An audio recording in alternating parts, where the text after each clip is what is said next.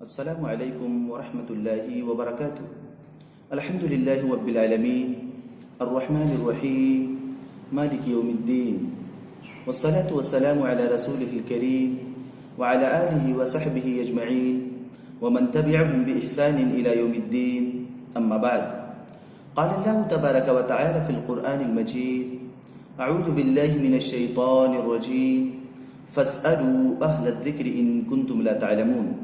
حضرات سامعین کرام، دینی اور ملی بھائیوں، آپ تمام دوستوں کو یہ بات بخوبی معلوم ہے کہ اللہ رب العالمین کے فضل و کرم سے ہم نے سوال و جواب کا ایک سلسلہ قائم کیا ہے، جس میں آپ کے جو بھی دینی اور اسلامی سوالات آتے ہیں، قرآن و حدیث کی روشنی میں ان سوالوں کی تحقیق کر کے اس کا جواب ہم آپ کی خدمت میں پیش کرتے ہیں۔ میرے بھائیوں، اس مرتبہ بھی ہمارے سامنے بہت سارے سوالات آئے ہیں۔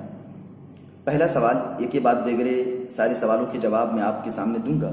پہلا سوال یہ ہے، جس کو ہمارے عبدالسلام بھائی جو ممبئی سے تعلق رکھتے ہیں، اور اسی طرح سے یہی سوال ہمارے یوسف بھائی جو پونا سے تعلق رکھتے ہیں، انہوں نے کیا ہے کہ شب قدر میں ہم کون کون سی عبادت کریں، شب قدر میں ہم شب بیداری کیسے کریں، کن کن عبادتوں کا اہتمام کریں، اور اسی طرح سے شب قدر میں سب سے افضل عبادت کون سی ہے، یعنی وہ کون سی عبادت ہے جس کا ہمیں خصوصی طور سے شب قدر میں، لیلۃ القدر میں اہتمام کرنا چاہیے۔ میرے بھائی اور دوستو، علماء کرام کے اتفاق کے ساتھ آپ کو یہ بات معلوم ہو کہ شب قدر رمضان المبارک کے آخری عشرہ میں پڑتی ہے، یعنی 20 رمضان جب گزر جاتا ہے اور رمضان کا آخری 10 دن جب شروع ہوتا ہے، تو انہی 10 دنوں کے بیچ میں شب قدر، لیلۃ القدر آتی ہے۔ اللہ کے نبی جناب محمد اکرم صلی اللہ علیہ وسلم کی بہت ساری حدیثیں اس بارے میں واضح دلالت کرتی ہیں۔ میرے بھائی اور دوستو، اسی لیے سب سے پہلے کام ہمیں یہ کرنا ہے کہ جیسے ہی یہ عشرہ شروع ہو، یعنی رمضان مبارک کا آخری عشرہ، ہمیں پورے عشرے میں شب بیداری کرنی ہے، پورے عشرے کو جاگنا ہے، یعنی مکمل 10 رات میں جاگنا ہے، بغیر جفت اور بغیر طاق والے راتوں کی تفریق کیے ہوئے ہمیں مکمل راتوں میں جاگنے کا اہتمام کرنا ہے۔ میرے بھائی اور دوستو، یہی پیارے نبی صلی اللہ علیہ وسلم کی سنت ہے، اور اسی سنت پر آپ صلی اللہ علیہ وسلم کی بیویاں امہات المومنین نے بھی عمل کیا ہے۔ اسی پر ہمارے صحابہ کا، ہمارے اسلاف کا عمل ہے کہ وہ صرف 5 راتوں کو نہیں بلکہ مکمل 10 راتوں کو جاگتے تھے۔ لہذا ہم جو 5 راتوں میں صرف جاگتے ہیں، طاق راتوں میں، اس سے افضل، اس سے اعلیٰ اور اس سے عمدہ سنت یہ ہے کہ میرے بھائی اور دوستو، ہم مکمل 10 راتوں میں جاگنے کا اہتمام کریں۔ یہی پیارے نبی صلی اللہ علیہ وسلم کی سنت ہے۔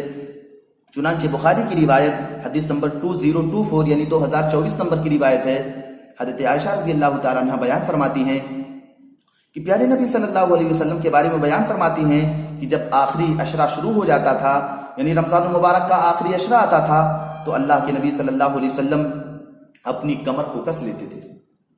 کیا مطلب میرے بھائیوں؟ یعنی عبادت کے لیے اللہ کے نبی صلی اللہ علیہ وسلم تیار ہو جاتے تھے، ایک الگ جذبے، ایک الگ شوق، ایک الگ لگن سے اللہ کے نبی صلی اللہ علیہ وسلم عبادت کرتے تھے۔ حضرت عائشہ بیان فرماتی ہیں، اور اللہ کے نبی صلی اللہ علیہ وسلم خود بھی جاگتے تھے اور اپنے تمام گھر والوں کو، تمام اہل و عیال کو جگاتے تھے۔ پتہ یہ چلا، حضرت عائشہ رضی اللہ تعالیٰ عنہ بخاری کی اس حدیث میں بیان فرما رہی ہیں کہ اللہ کے نبی صلی اللہ علیہ وسلم مکمل عشرے میں، یعنی تمام راتوں میں اللہ کے نبی صلی اللہ علیہ وسلم شب بیداری فرمایا کرتے تھے، سارے راتوں میں جاگتے تھے۔ اور صرف اللہ کے نبی صلی اللہ علیہ وسلم نہیں بلکہ آپ صلی اللہ علیہ وسلم کی بیویاں، ہماری مائیں امہات المومنین، اور آپ صلی اللہ علیہ وسلم کے اہل و عیال، گھر والے بھی جاگا کرتے تھے، اور اللہ کے نبی صلی اللہ علیہ وسلم اس کی تلقین فرمایا کرتے تھے۔ لہذا شب قدر میں سب سے پہلا کام ہمیں یہ کرنا ہے کہ مکمل 10 راتوں میں جاگنا ہے، خود بھی جاگنا ہے۔ ہمارے گھر میں اگر کوئی سو رہا ہے تو میرے بھائیوں اس کو بھی جگانا ہے، اس کو جگانے پر، شب بیداری کرنے پر ترغیب دلانا ہے، اور اس رات کی فضیلت اور اہمیت کے تعلق سے اس کے دلوں میں بات بٹھانا ہے کہ کسی بھی صورت میں آپ سے فضیلت چھوٹنے نہ پائے۔ پہلا کام کیا میرے بھائیوں؟ جاگنا اور جگانا۔ دوسری چیز، جاگنا کب سے ہے، کب تک جاگنا ہے؟ ہمیں مغرب کی نماز کے بعد سے لے کر کے جب تک فجر کی اذان نہ ہو جائے تب تک جاگنا ہے۔ چونکہ علماء کرام کے اختلاف کے باوجود راجح موقف یہی ہے، راجح بات یہی ہے کہ میرے بھائی اور دوستو، شب قدر کا وقت مغرب بعد سے شروع ہوتا ہے اور فجر کی اذان تک، یعنی صبح صادق تک رہتا ہے، یہی شب قدر کا وقت ہے۔ لہذا ان اوقات میں ہمیں مکمل جاگنا ہے۔ بعض ہمارے بھائی ایسا سمجھتے ہیں کہ شب قدر عشاء کے بعد شروع ہوتا ہے، لیکن میرے بھائیو دوستو یہ بات غلط ہے۔ یہ بات غلط ہے کہ شب قدر رات ہی مغرب کے بعد سے شروع ہو جاتا ہے، چونکہ آپ دیکھیے شب قدر کا نام کیا، لیلۃ القدر، قدر والی رات، اور رات کا آغاز کب ہوتا ہے میرے بھائیو؟ رات کا آغاز غروب آفتاب کے بعد ہی ہو جاتا ہے۔ اللہ تعالیٰ نے قرآن کریم میں کیا بیان فرمایا؟ ثم اتموا الصیام الی اللیل، پھر تم اپنے روزے کو رات تک پورا کرو۔ رات کیا مطلب میرے بھائیو؟ ہم غروب آفتاب جیسے ہو تو ہم اپنے روزے کو پورا کرتے ہیں، اپنا روزہ افطار کرتے ہیں، تو اللہ تعالیٰ نے یہاں غروب آفتاب کے بعد فوراً یہ بیان فرمایا کہ گویا کہ وہ رات ہو جاتی ہے، رات کا اول حصہ ہے، رات کا آغاز ہے۔ پتا کیا چلا کہ رات کا آغاز غروب آفتاب کے بعد ہو جاتا ہے، کب تک رہتا ہے؟ اللہ تعالیٰ نے قرآن کریم میں کیا بیان فرمایا؟ سلام ہی حتی مطلع الفجر، شب قدر کب تک رہتی ہے؟ اللہ تعالیٰ نے بیان فرمایا جب تک فجر طلوع نہ ہو جائے، جب تک صبح صادق نہ ہو جائے، جب تک مؤذن اذان نہ دے دے، تب تک یہ شب قدر رہتی ہے۔ تو میرے بھائیوں اس کے درمیان یہ پورا وقت جو 6 7 8 گھنٹے کا وقت ہوتا ہے یہ مکمل شب قدر ہے۔ اچھا یہاں ایک غلط فہمی کا یہ بھی ازالہ کرنا ہے، بعض ہمارے بھائی ایسا سمجھتے ہیں، اور میں بھی پہلے ایسا سمجھا کرتا تھا کہ میرے بھائیوں کی شب قدر رات کے ایک پہر میں ہوتی ہے، رات کے چند مخصوص اوقات میں ہوتی ہے۔ بات غلط ہے، پورا رات شب قدر ہے، یعنی مغرب بعد سے لے کر کے فجر تک یہ مکمل شب قدر ہے۔ تو ہمیں یہ جاننا چاہیے شب قدر ایک پہر میں نہیں ہوتی کہ ایک پہر میں ہو، اسی لیے اللہ تعالیٰ نے کیا بیان فرمایا؟ حتی مطلع الفجر، کب تک رہتی ہے؟ جب تک فجر طلوع نہ ہو جائے۔ یہ آیت کریمہ اس بات کی دلیل ہے کہ شب قدر ایک پہر میں نہیں ہوتی ہے یا چند لمحوں میں نہیں ہوتی بلکہ مکمل رات ہوتی ہے۔ تو میرے بھائیوں ہمیں مغرب سے لے کر کے عشاء تک جاگنا ہے، اور اس درمیان نہ سونا ہے نہ فضول باتیں کرنی ہے، صرف اللہ تعالیٰ کی عبادت کرنی ہے۔ تو دوسرا کام۔ تیسرا کام کیا میرے بھائیوں دوستو؟ یہ شب قدر ایک عظمت والی رات ہے، ایک فضیلت والی رات ہے، بڑی اہمیت والی رات ہے، تمام راتوں کی سردار ہے، اللہ تعالیٰ کے نزدیک سب سے محبوب رات ہے۔ لہذا اس رات میں ہمیں ہر قسم کی نیکی، ہر قسم کی بھلائی اور ہر قسم کے خیر کو کرنا ہے۔ جتنی بھی نیکیاں، قیام اللیل، تلاوت قرآن کریم، ذکر و اذکار، دعا، صدق و خیرات، اس طرح کی جتنی بھی نیکیاں ہیں، جو نیکی ہم اس رات میں کر سکتے ہیں میرے بھائیوں، بڑھ چڑھ کر کے سبقت کر کے آگے بڑھ کر کے ان نیکیوں میں بالخصوص ان راتوں میں حصہ لیں۔ اور سب سے افضل نیکی اس رات میں میرے بھائیوں قیام اللیل کرنا ہے۔ میں الگ ترتیب آپ کے سامنے ذکر کر رہا ہوں۔ سب سے افضل نیکی، سب سے عمدہ نیکی، سب سے عمدہ عبادت اس رات میں شب قدر میں قیام اللیل کرنا ہے، تہجد کی نماز پڑھنا ہے، نفلی نماز پڑھنا ہے۔ چونکہ میرے بھائیو دوستو پیارے نبی صلی اللہ علیہ وسلم کا بھی اسی پر عمل تھا، اور اللہ کے نبی صلی اللہ علیہ وسلم نے شب قدر کا جو وظیفہ ہمیں بتایا ہے، شب قدر کا جو اصل کام، اصل عمل ہمیں بتایا ہے، وہ بھی قیام اللیل کرنا ہی بتایا ہے، وہ بھی قیام اللیل ہی کرنا بتایا ہے۔ میرے بھائیو بخاری کی روایت ہے، حدیث نمبر 1901 یعنی 1901 نمبر کی روایت، پیارے نبی صلی اللہ علیہ وسلم بیان فرماتے ہیں، حضرت ابو ہریرہ اس حدیث کے راوی، کہ اللہ کے نبی صلی اللہ علیہ وسلم نے بیان فرمایا کہ من قام لیلۃ القدر ایمانا واحتسابا غفر له ما تقدم من ذنبه، کہ جو آدمی لیلۃ القدر میں قیام کر لیتا ہے، شب قدر میں قیام اللیل کر لیتا ہے، تہجد کی نماز پڑھ لیتا ہے، تو اللہ تعالیٰ اس کے پچھلے تمام گناہوں کو معاف فرما دیتے ہیں۔ میرے بھائیوں آپ یہاں دیکھیے کہ اللہ کے نبی صلی اللہ علیہ وسلم نے لیلۃ القدر کے ساتھ قیام کا ذکر فرمایا، اسی لیے علماء کرام نے بیان فرمایا کہ شب قدر میں، لیلۃ القدر میں سب سے افضل عمل اگر کوئی ہے تو قیام اللیل ہے، تلاوت سے بھی افضل ہے، دعا سے بھی افضل ہے، ذکر و اذکار سے بھی افضل ہے، صدقہ و خیرات سے بھی افضل ہے، سب سے افضل عمل شب قدر میں قیام اللیل کرنا ہے۔ اس لیے کہ میرے بھائیو دوستو اللہ کے نبی صلی اللہ علیہ وسلم نے یہ خاص وظیفہ، خاص عمل بتایا ہے شب قدر کا، لہذا ہمیں سب سے زیادہ تہجد کی نماز کا، نفلی نمازوں کا اس رات میں اہتمام کرنا چاہیے۔ 2 رکعت کر کے جتنا پڑھنا چاہیں اتنا پڑھیں، جتنا پڑھنا چاہیں اتنا پڑھیں میرے بھائیو دوستو۔ لیکن یہ بات یاد رہے کہ میرے بھائیو قیام اللیل کی اصل روح، اصل جان یہ نہیں ہے کہ آدمی اس میں زیادہ سے زیادہ نماز پڑھے۔ بعض لوگ یہ سمجھتے ہیں کہ قیام اللیل اگر ہم کر رہے ہیں، تہجد کی نماز پڑھیں تو زیادہ سے زیادہ 20 رکعت، 40 رکعت، 50 رکعت، 60 رکعت پڑھیں۔ میرے اصل یہ نہیں، قیام اللیل کی اصل یہ ہے، اصل سنت اس میں یہ ہے کہ آپ لمبا قیام کرو، یعنی آپ کی رکعت بہت کم ہی ہو، 8 ہی رکعت پڑھو، 11 رکعت آپ پڑھو، لیکن میرے بھائیو دوستو آپ اس کو لمبا پڑھو، لمبا قیام ہو، اس میں لمبی قرات ہو، لمبی تلاوت ہو، ایک پارہ ایک رکعت میں پڑھو، 2 پارہ ایک رکعت میں پڑھ ڈالو، اگر آپ کو یاد نہ ہو تو قرآن دیکھ کر کے پڑھو، لیکن لمبا قیام ہونا چاہیے، اس لیے کہ قیام اللیل کی اصل سنت اور اس کی اصل جان، اصل رول یہ ہے کہ وہ لمبا ہونا چاہیے۔ اس لیے میرے بھائیو آپ پیارے نبی صلی اللہ علیہ وسلم کو خود دیکھیے کہ اللہ کے نبی صلی اللہ علیہ وسلم 11 رکعت ہی پڑھا کرتے تھے، رمضان اور غیر رمضان میں بھی، اور اللہ کے نبی صلی اللہ علیہ وسلم بسا اوقات پوری رات قیام اللیل کرتے تھے، بسا اوقات آدھی رات کرتے تھے، بسا اوقات رات کا 1/3 حصہ کرتے تھے۔ پتہ کیا چلا میرے بھائیو؟ پتہ یہ چلا کہ اللہ کے نبی صلی اللہ علیہ وسلم زیادہ رکعت نہیں پڑھتے تھے بلکہ زیادہ تلاوت نمازوں میں کیا کرتے تھے، زیادہ تلاوت کیا کرتے تھے۔ اور خود اللہ کے نبی صلی اللہ علیہ وسلم نے بیان فرمایا ہے کہ قیام اللیل کی اصل جان جو ہے وہ تعداد رکعات نہیں ہے، کثرت رکعات نہیں ہے کہ آدمی زیادہ رکعات پڑھے، بلکہ اصل یہ ہے کہ آدمی اس میں زیادہ لمبا قیام کرے، آدھا گھنٹہ، ایک گھنٹہ کھڑے رہو، تلاوت کرتے رہو، یہی اصل سنت ہے۔ چنانچہ صحیح مسلم کی روایت حدیث نمبر 756 یعنی 756 نمبر کی روایت حضرت جابر رضی اللہ تعالیٰ عنہ بیان فرماتے ہیں، افضل الصلاۃ طول القنوت، اے لوگو سب سے بہترین نماز، سب سے افضل نماز وہ ہے جس میں لمبا قیام ہو، جس میں لمبا قیام ہو، لمبا قنوت ہو، قنوت کا مطلب قیام، جس میں لمبا قیام ہو، تو وہ نماز سب سے افضل نماز ہے، وہ نماز سب سے بہتر نماز ہے۔ اللہ کے نبی صلی اللہ علیہ وسلم نے یہی بات بیان فرمائی کہ قیام اللیل کی اصل روح یہ ہے کہ آدمی لمبا قیام کرے۔ تو میرے بھائی اور دوستو، اس رات میں ہمیں تیسرا کام کیا کرنا ہے کہ سب سے زیادہ قیام اللیل کا اہتمام کرنا ہے، اس لیے کہ پیارے نبی صلی اللہ علیہ وسلم کی یہی سنت ہے۔ میرے بھائی اور دوستو، چوتھے نمبر پہ ہمیں اس میں تلاوت قرآن کریم کا کثرت سے اہتمام کرنا ہے۔ قیام اللیل کے بعد اس کی درجہ بندی ہم قیام اللیل کے بعد کریں گے، تلاوت قرآن کریم کا اہتمام کرنا۔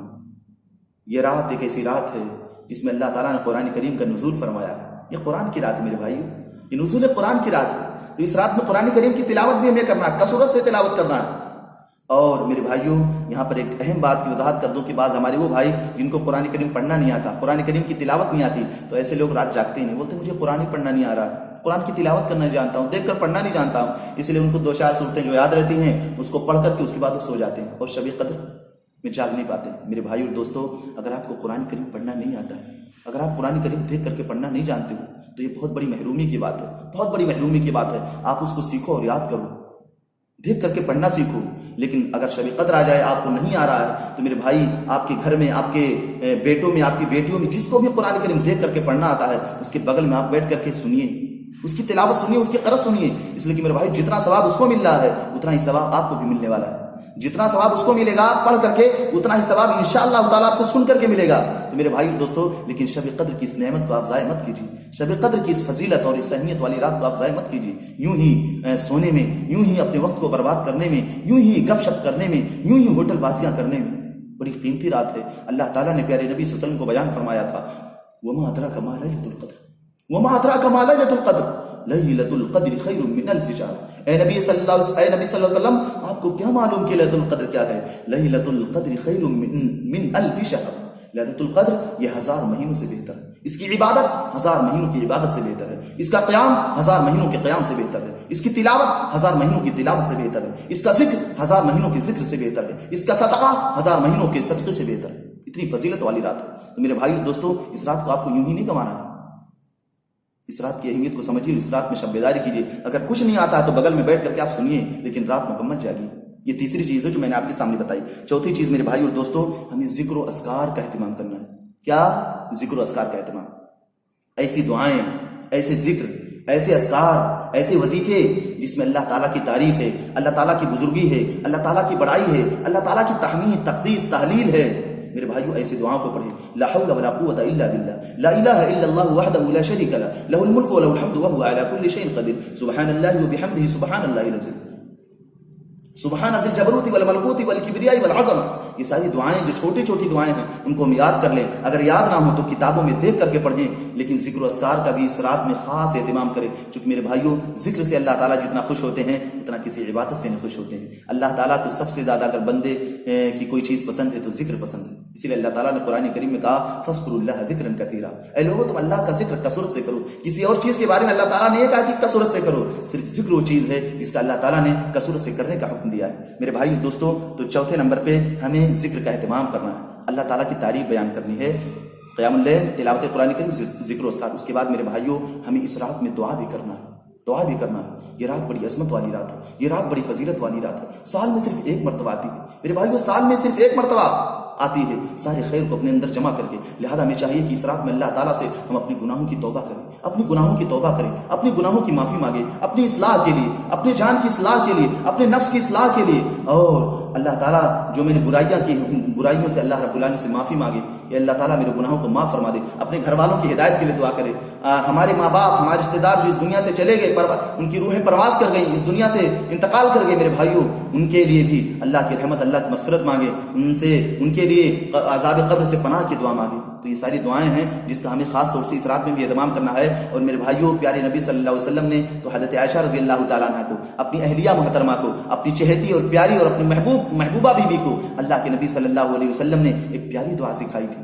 ایک پیاری دعا اللہ کے نبی صلی اللہ علیہ وسلم نے سکھائی تھی کہ شب قدر میں تم اس کا خاص اہتمام کرنا. چنانچہ صحیح ابن ماجہ کی روایت ہے، حدیث نمبر 3119 یعنی 3119 کی روایت ہے. حضرت عائشہ رضی اللہ تعالیٰ عنہ بیان فرماتی ہیں کہ میں نے پیارے نبی صلی اللہ علیہ وسلم سے پوچھا کہ اللہ کے نبی صلی اللہ علیہ وسلم جب شب قدر کو میں پالوں تو کون سی دعا پڑھوں، کون سا وظیفہ کروں؟ اللہ کے نبی صلی اللہ علیہ وسلم نے بیان فرمایا، اے عائشہ جب تم شب قدر کو پالو تو اس دعا کا اہتمام کرو، اللہم انک عفو تحب العفو فاعف عنی. اے اللہ تعالیٰ تو بہت زیادہ معاف فرمانے والا، اللہم اے اللہ انک عفو تو بہت زیادہ معاف فرمانے والا ہے، وتحب العفو اور معافی فرمانے والا نہیں بلکہ تو معاف کرنے کو پسند بھی کرتا ہے، تو معافی کو پسند بھی کرتا ہے. فاعف عنی تو اے اللہ تو میرے گناہوں کو بھی معاف فرما دے، اے اللہ تو میرے گناہوں کو بھی درگزر فرما دے. میرے بھائیوں کتنی پیاری دعا، کتنی جامع دعا، کتنی معنی خیز دعا. چھوٹے چند جملے ہیں لیکن اپنے اندر ایک خزانہ لیے ہوئے ہیں. لہذا اس دعا کو بھی ہم شب قدر میں خاص اہتمام کریں. عام دنوں میں بھی اس دعا کا اہتمام ہم کر سکتے ہیں لیکن شب قدر میں قیام اللیل کے سجدوں میں یا نفلی نمازوں کے سجدوں میں، اور اسی طرح سے میرے بھائی اور دوستو عام چلتے ہوئے بھی، چلتے پھرتے دوڑتے دھوپتے بھی اس دعا کو ہم پڑھتے رہیں. شب قدر میں اس دعا کا خاص اہتمام کرتے رہیں اور یہ امید رکھیں کہ انشاءاللہ تعالیٰ اللہ تعالیٰ اس رات میں ہمارے سارے گناہوں کی معافی کا اعلان فرما دیں گے. تو میرے بھائی اور دوستو یہ دعا ہے جس کا بھی ہمیں اہتمام کرنا چاہیے. اب میں کچھ باتیں اپنے ان بھائیوں سے کرنا چاہوں گا جو اس رات کی اہمیت اور فضیلت کو نہیں سمجھتے.